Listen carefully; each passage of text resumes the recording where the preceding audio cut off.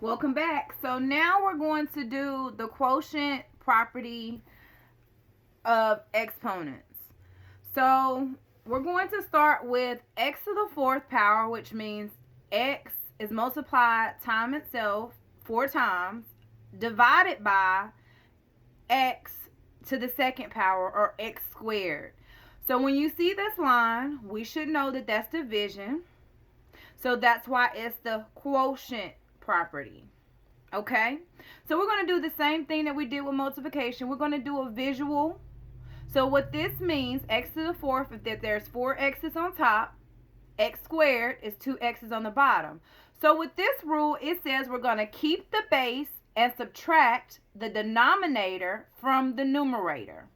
So we're going to subtract the denominator from the numerator.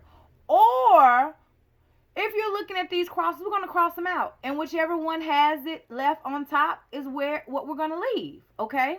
So we have x to the fourth divided by x squared. So we're going to cross out 1x and 1x. 1x and 1x. What do we have? We have 2x's left in the numerator, which gives us an answer of x squared. So, again, like before, you're going to say, Miss Currents, that's not what I struggle with. That is an easy one. I don't have a problem with that one. I have a problem with a problem like this. Fine. So, let's just break it down the same way. We have a to the third. So, we have 3a's.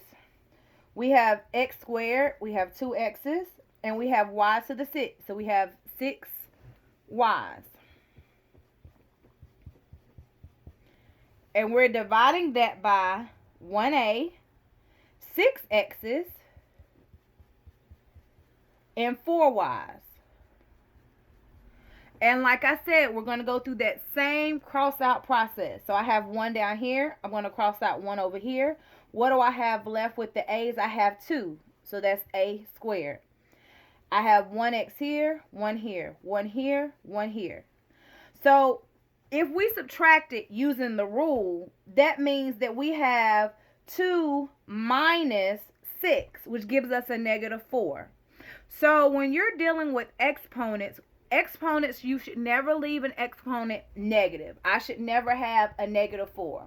Negative 4 is the same thing as 1 over 4. So that's the same visual representation that we have over here, that there's 4 left in the denominator. So we're going to draw a line right here, and we're going to leave x to the fourth in the denominator. Now we're dealing with our y's. I got 1 here, 1 here, 1 here, 1 here, 1 here, 1 here, 1 here, and 1 here.